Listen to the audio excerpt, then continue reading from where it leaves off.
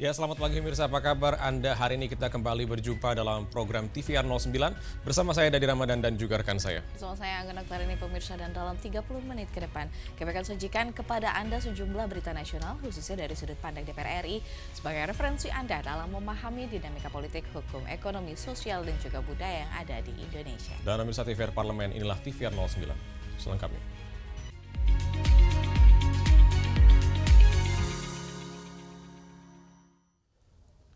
Pemirsa, DPR RI terima audiensi dengan sejumlah perwakilan Konfederasi Serikat Pekerja dan Serikat Buruh guna membahas penyusunan rancangan undang-undang ketenagakerjaan serta menampung sejumlah usulan buruh dalam perumusan pasal-pasal rancangan undang-undang ketenagakerjaan.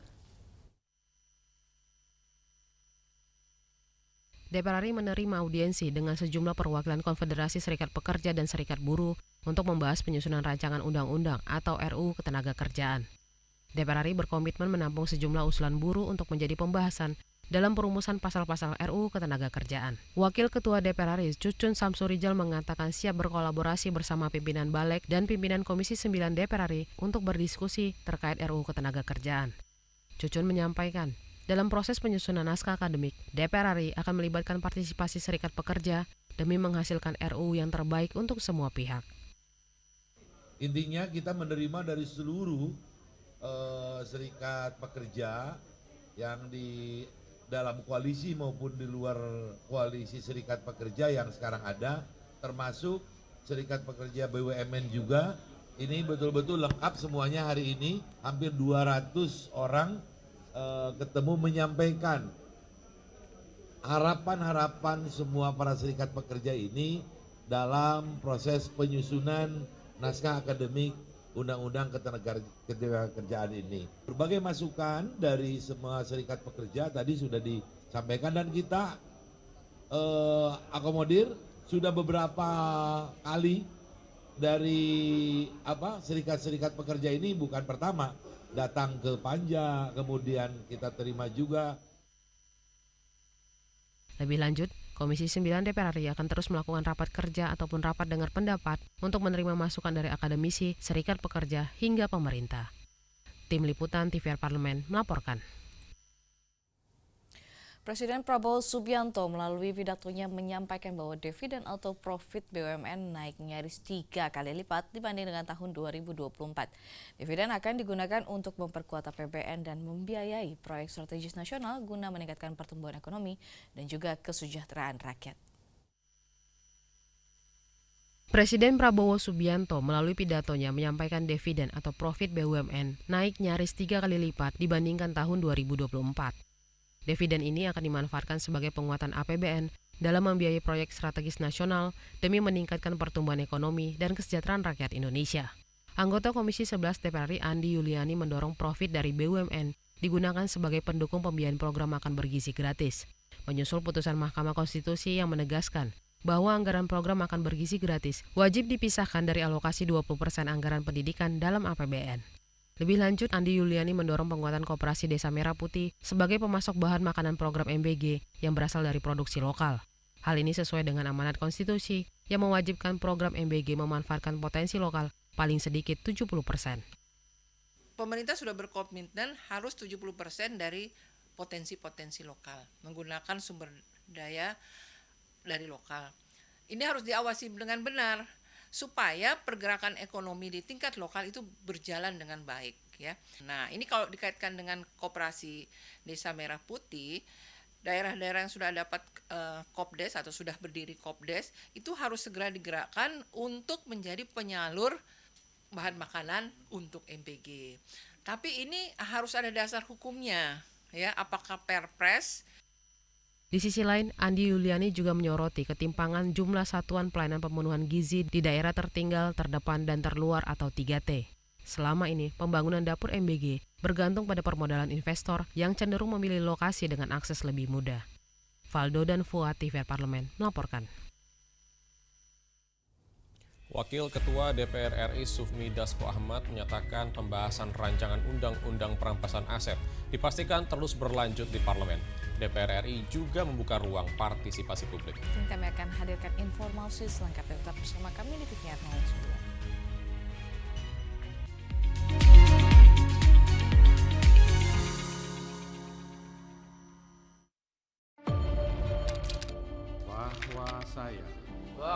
saya demi Allah, saya bersumpah dan seadil-adilnya periode keanggotaan DPR RI hingga saat ini, yaitu terdapat 126 undang-undang yang telah selesai dibahas DPR RI.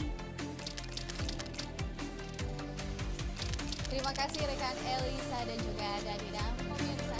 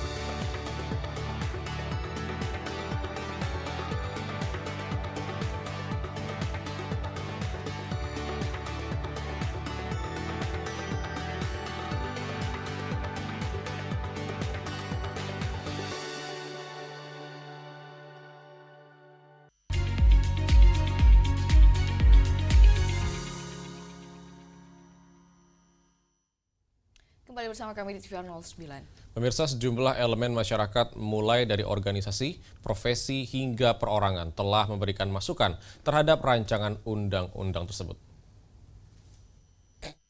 Pembahasan rancangan undang-undang perampasan aset dipastikan terus berproses di parlemen. Wakil Ketua DPR RI Sufmi Dasko Ahmad menegaskan, DPR RI akan terus membuka ruang partisipasi publik. Sejumlah elemen masyarakat, mulai dari organisasi profesi hingga perorangan, telah menyampaikan masukan terhadap rancangan undang-undang tersebut. Komisi 3 DPR RI terus melakukan dialog dengan berbagai lapisan masyarakat untuk menyerap masukan terkait RUU perampasan aset termasuk saat memasuki masa reses. RUU perampasan aset pada saat ini sudah berproses di DPR dan tentunya Dewan Perwakilan Rakyat Indonesia dan khususnya Komisi Teknis yaitu Komisi 3 yang sedang membahas pada saat ini sedang meminta partisipasi publik yang sedemikian banyak. Banyak animo dari kumpulan masyarakat, organisasi, profesi maupun perorangan yang ingin memberikan masukannya. Sehingga kemarin Komisi 3 pada saat reses pun tetap terus membahas partisipasi publik dari rancangan undang-undang perampasan aset.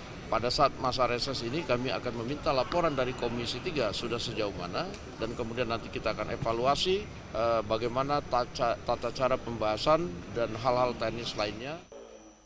Sufmi Dasko Ahmad menyebut pimpinan DPR RI terus berkoordinasi dengan Komisi 3 DPR RI untuk memantau perkembangan pembahasan RUU perampasan aset. Sufmi Dasko Ahmad menambahkan, DPR RI juga akan mengevaluasi tata cara pembahasan dan hal teknis lainnya agar pembahasan rancangan undang-undang perampasan aset berjalan secara terukur serta mengakomodasi aspirasi masyarakat. Dari Senayan, Jakarta, Tim Liputan, TVR Parlemen melaporkan.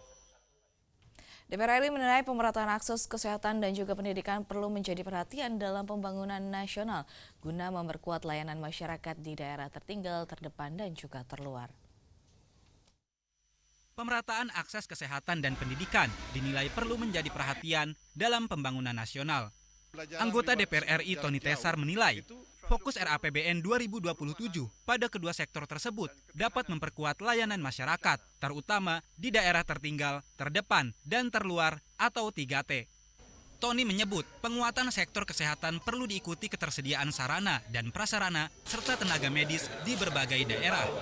Menurutnya, pembangunan dan penguatan rumah sakit di tingkat kabupaten juga dinilai penting untuk mendekatkan layanan kesehatan kepada masyarakat. Sementara di sektor pendidikan, revitalisasi sekolah dan peningkatan fasilitas pembelajaran perlu diikuti dengan pemanfaatan teknologi. Pembelajaran jarak jauh menjadi salah satu alternatif untuk mendukung proses belajar di wilayah yang masih kekurangan tenaga pengajar. Yang pertama, kesehatan. Bagaimana akan melakukan revitalisasi kesehatan, pembangunan sarana prasarana, tapi juga dokter, tenaga medis yang cukup untuk ke depan dalam melayani semua masyarakat di daerah-daerah. Perbaikan sekolah dan juga fasilitas bagaimana dapat pembelajaran lewat jarak jauh, ini sangat membantu daerah-daerah kita khususnya daerah 3T yang kesulitan guru bisa lakukan pengajaran lebih fokus lagi. Tony berharap arah kebijakan dalam RAPBN 2027 dapat diwujudkan ke dalam program yang menyentuh kebutuhan masyarakat. Ia menilai pelaksanaan program secara tepat dan merata menjadi bagian penting dalam mewujudkan pembangunan yang berkeadilan. Bari Ramadana, TVR Parlemen melaporkan. Pemirsa, Komisi 4 DPR RI dorong pemerintah segera melakukan langkah antisipasi guna mengatasi terjadinya El Nino dengan intensitas sangat kuat dan akan diperkirakan terjadi hingga September 2026. BMKG mengonfirmasi sedang terjadinya El Nino dengan intensitas sangat kuat. Puncak musim kemarau diperkirakan akan terjadi hingga September 2026. Anggota Komisi 4 DPR RI mendorong pemerintah segera melakukan langkah antisipasi, termasuk dukungan sarana pengairan bagi lahan pertanian yang terdampak kekeringan. Ellen Pelealu mengatakan, dampak El Nino berkepanjangan dirasakan petani di berbagai daerah. Ancaman kekeringan harus segera diantisipasi karena berdampak pada keberlanjutan produksi pangan. Jika ketersediaan air tidak segera ditangani dengan baik, petani berpotensi mengalami gagal tanam hingga penurunan hasil panen. Untuk itu, sarana dan prasarana pengairan harus diperkuat dan memastikan distribusi air mampu menjangkau lahan pertanian yang terdampak kekeringan. Karena ada banyak laporan yang kami terima, yang kami lihat juga bahwa dampak kekeringan itu terjadi di mana-mana. Padi yang baru ditanam itu agak mulai mengalami kekeringan. Nah, ini yang harus kita antisipasi bersama dengan kementerian yang terkait. Saya pikir ini menjadi PR bagi kami juga untuk kami sampaikan pada saat rapat kerja dengan kementerian terkait. Sehingga El Nino ini bisa terjadi, tapi kita sudah bersama dengan pihak kementerian sudah bisa mengantisipasi, ya, sehingga tidak akan berkepanjangan dampak yang. Ellen Pelealu juga mendorong penguatan koordinasi antar lembaga agar penanganan kekeringan tidak hanya reaktif setelah lahan mengalami kerusakan. Dengan mitigasi yang lebih cepat dan terukur, risiko penurunan produksi pertanian dan gangguan pasokan pangan di tengah ancaman El Nino bisa dicegah sejak awal. Bondan dan Fuad, TVR Parlemen melaporkan. Swasembada pangan menjadi salah satu capaian strategi yang terus didorong untuk memperkuat ketahanan pangan nasional pada tahun 2026. DPR RI berkomitmen mengawal kebijakan dan anggaran agar upaya mewujudkan kemandirian pangan dapat berjalan secara berkelanjutan dan memberikan manfaat bagi masyarakat. Informasi selengkapnya akan kami hadirkan saat lagi. Tetaplah bersama kami di TVR 09.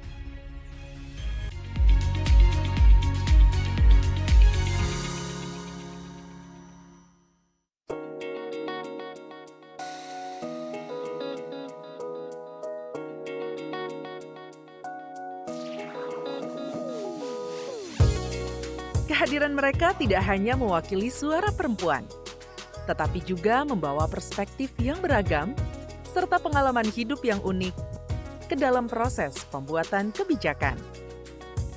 Saksikan Perempuan Parlemen hanya di TVR Parlemen.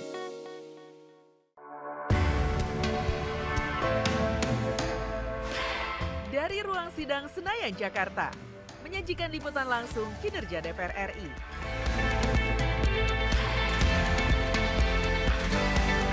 Dialog mendalam, investigasi, dan profil wakil rakyat. TVR Parlemen kini hadir 24 jam.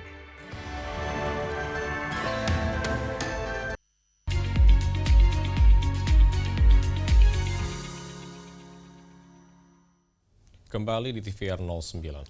Pemirsa, capaian swasembada pangan menjadi momentum penting untuk memperkuat fondasi ketahanan nasional. DPR RI akan terus menjalankan fungsi legislasi, anggaran, dan pengawasan guna memastikan sektor pertanian semakin produktif dan kesejahteraan petani terus meningkat. Dengan sinergi pemerintah, petani, dan seluruh pemangku kepentingan, kemandirian pangan diharapkan menjadi kekuatan strategis Indonesia ke depan. Dan kita akan simak liputan mendalam yang telah dikemas tim redaksi TVR Parlemen dalam segmen editorial Parlemen berikut ini.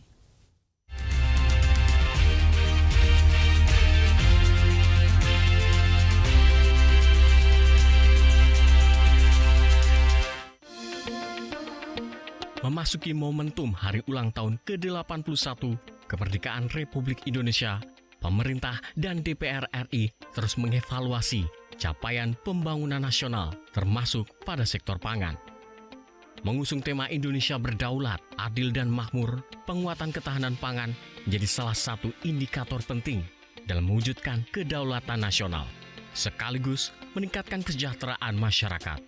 Pada pidato kenegaraan sidang tahunan MPR RI bersama dengan DPR dan DPD RI, Presiden Prabowo Subianto mengatakan pemerintah telah mencapai swasembada pada 8 komoditas pangan, yakni beras, gula konsumsi, cabai besar, daging ayam, cabai rawit, telur ayam, jagung, hingga bawang merah. Kondisi pangan nasional saat ini dinilai berada dalam keadaan aman. Bahkan, Indonesia diyakini memiliki kemampuan hadapi berbagai tantangan ke depan, termasuk ancaman El Nino dengan intensitas tinggi. Swasembada pangan yang dahulu kita targetkan tercapai dalam 4 tahun, ternyata berhasil kita capai dalam waktu 1 tahun.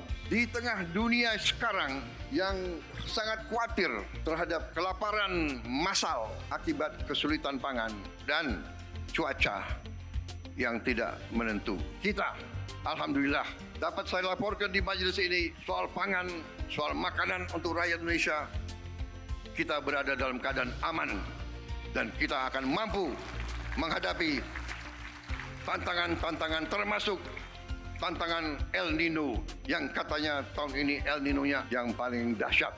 Meski capaian program swasembada pangan tersebut mendapat penilaian positif dari DPR RI, pemerintah diharapkan terus melakukan reformasi tata kelola dan distribusi pupuk bersubsidi demi terwujudnya ketahanan pangan nasional yang berdampak pada kesejahteraan petani serta petambak. Penyederhanaan distribusi dan subsidi pupuk harus dilakukan dengan transparan dan tepat sasaran sehingga mampu meningkatkan produktivitas sektor pertanian. Secara keseluruhan kebijakan pemerintah baik di sektor pertanian, kelautan perikanan maupun kehutanan secara keseluruhan ya udah on the right track, udah bagus ya. Walaupun memang PR-nya masih segudang, kita masih impor gandum 100%, harusnya kita switch atau pindah ke sagu karena sagu itu jauh lebih baik dari gandum. Kemudian kita pun harus segera swasembada kedelai, 85% kedelai kita diimpor dari Amerika Serikat ya, kemudian bawang putih juga mengerikan, hampir 90% impor. Tentu subsidi, kita memastikan subsidi kepada petani, kepada nelayan itu tidak berkurang karena itu akan menggulirkan perekonomian nasional, dan kita dorong juga kekuatan Bulog, peraturan-peraturan itu bisa semakin memperkuat posisi Bulog. Ya, selamatkan pangan, kedaulatan pangan harus semakin kita wujudkan. Ya, dengan kemandirian pangan, negara kita bisa semakin merdeka. Capaian pembangunan, termasuk sektor pangan, harus memberikan dampak nyata terhadap kehidupan masyarakat. Untuk itu, fungsi pengawasan DPR RI akan terus diarahkan dalam memastikan kinerja pemerintah sehingga dapat menghasilkan perbaikan kesejahteraan rakyat, termasuk capaian swasembada yang harus tercermin dalam APBN tahun 2027. DPR RI melalui fungsi pengawasan terus memastikan kinerja pemerintah agar berdampak pada kehidupan rakyat yang semakin baik. APBN adalah pilihan politik tentang kemana sumber daya negara diarahkan, siapa yang diprioritaskan, dan manfaat apa yang harus dirasakan oleh rakyat. APBN tidak hanya diukur dari besarnya anggaran yang dapat dibelanjakan. APBN harus dinilai dari kinerjanya dalam memenuhi harapan rakyat dan banyaknya kehidupan rakyat yang dapat diubah menjadi lebih baik. arah APBN 2027 pun menjadi momentum untuk memastikan capaian tersebut berlanjut, sekaligus menjawab pekerjaan rumah pada komoditas yang masih bergantung pada impor. Dengan begitu, kinerja pemerintah tidak hanya tercatat sebagai capaian statistik, tetapi benar-benar diterjemahkan menjadi perubahan kehidupan masyarakat yang lebih baik.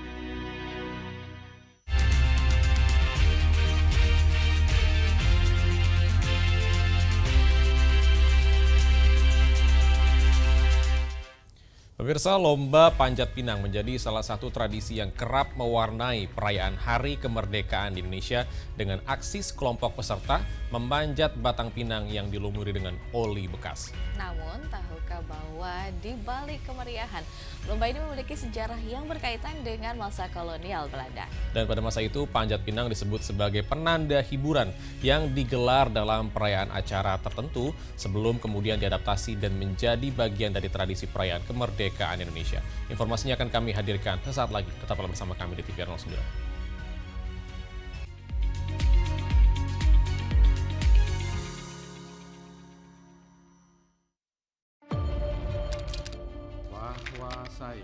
Bahwa saya Demi Allah, saya bersumpah. dan seadil-adilnya Periode keanggotaan DPR RI hingga saat ini, yaitu terdapat 126 undang-undang yang telah selesai dibahas DPR RI. Terima kasih rekan Elisa dan juga Danida. Pemirsa,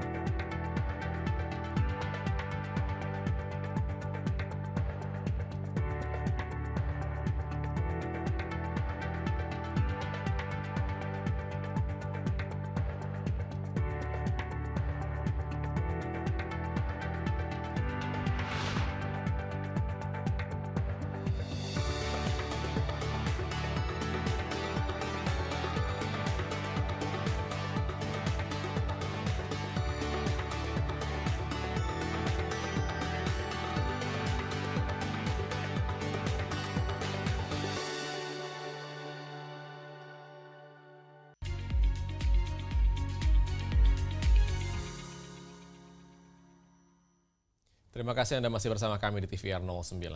Seiring dengan waktu, makna panjat pinang berubah dan menjadi simbol semangat gotong royong, kerjasama, serta kegigihan dalam mencapai tujuan. Dan uniknya, hadiah yang diperebutkan di puncak batang pinang juga menjadi daya tarik tersendiri, sehingga tradisi ini terus dinantikan masyarakat setiap perayaan 17 Agustus. Nah, selanjutnya kita akan mengulas asal-usul lomba panjat pinang serta makna dari balik tradisi yang terus hidup di tengah masyarakat dalam segmen Tips, Informasi, dan Tips berikut ini.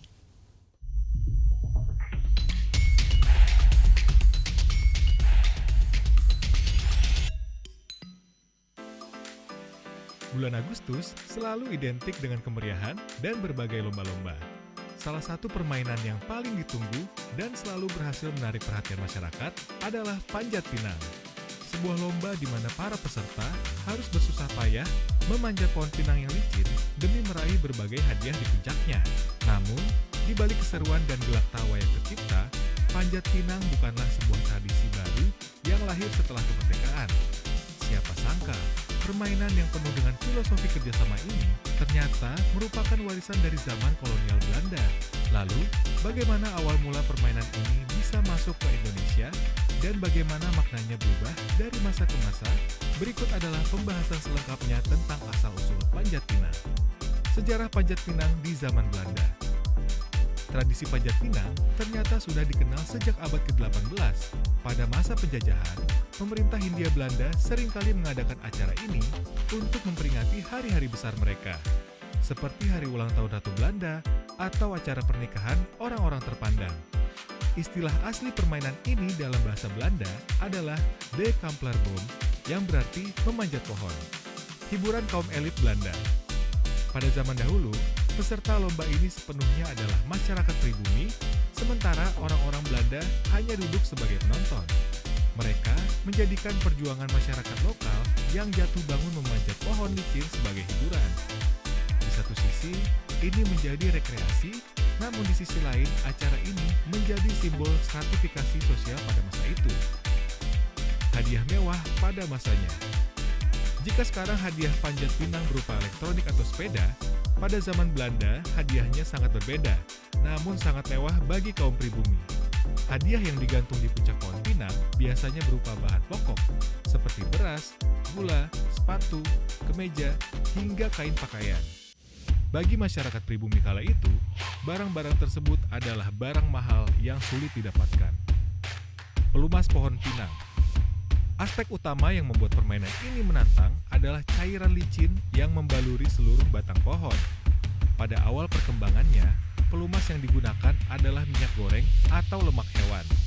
Namun, seiring berjalannya waktu, penggunaan bahan pelumas berganti menjadi oli bekas agar tingkat kelicinannya lebih tinggi dan tentunya lebih ekonomis. Akulturasi dan pengaruh budaya Tionghoa. Selain dari Belanda, beberapa catatan sejarah juga menyebutkan bahwa permainan ini memiliki kemiripan dengan tradisi dari Tionghoa, yaitu Festival Chiangko. Tradisi tersebut juga melibatkan proses memanjat tiang untuk mengambil makanan persembahan yang kemudian melebur dengan lokalitas di berbagai daerah di Nusantara. Pergeseran makna menjadi simbol perjuangan. Meskipun memiliki latar belakang sejarah yang cukup pilu, masyarakat Indonesia berhasil mengubah makna panjat pinang secara total. Setelah kemerdekaan, lomba ini tidak lagi menjadi tandanan hiburan kaum penjajah, melainkan dikukuhkan sebagai simbol perjuangan, gotong royong, dan kerjasama tim untuk mencapai satu tujuan, ukuran dan tinggi ideal pohon pinang. Lomba panjat pinang yang seru ternyata memiliki standar ukuran tersendiri pada pohon yang digunakan. Biasanya, pohon pinang yang dipakai memiliki tinggi sekitar 7 hingga 9 meter dengan batang yang lurus.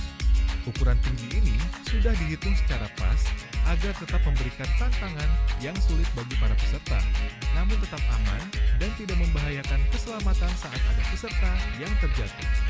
Panjat pinang bukan hanya sekedar permainan seru-seruan di hari kemerdekaan, melainkan sebuah bukti bagaimana bangsa kita bisa mengubah memori masa lalu yang kelam menjadi sebuah tradisi yang penuh dengan kebersamaan dan semangat juang. Dari sini, kita belajar bahwa untuk mencapai puncak kesuksesan, kita tidak bisa berjalan sendirian. Sampai di sini pembahasan kita mengenai asal-usul lomba panjat pinang. Semoga tradisi ini tetap lestari dan terus membawa keceriaan bagi kita semua. Sampai jumpa kembali di segmen Intip selanjutnya, segmen informasi dan tips yang menyingkap beragam cerita menarik dari penjuru Nusantara maupun mancanegara. See you!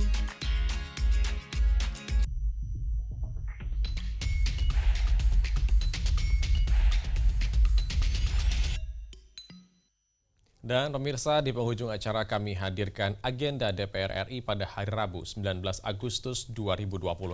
Pada pukul 10 waktu Indonesia Barat, pemirsa, Komisi 4 DPR RI akan menggelar rapat dengar pendapat umum dengan Himpunan Masyarakat Tani Nasional Merah Putih. Dan kemudian pada pukul 10 waktu Indonesia Barat, Komisi 6 DPR RI akan menggelar rapat dengar pendapat umum dengan korban koperasi simpan pinjam Mekarsari.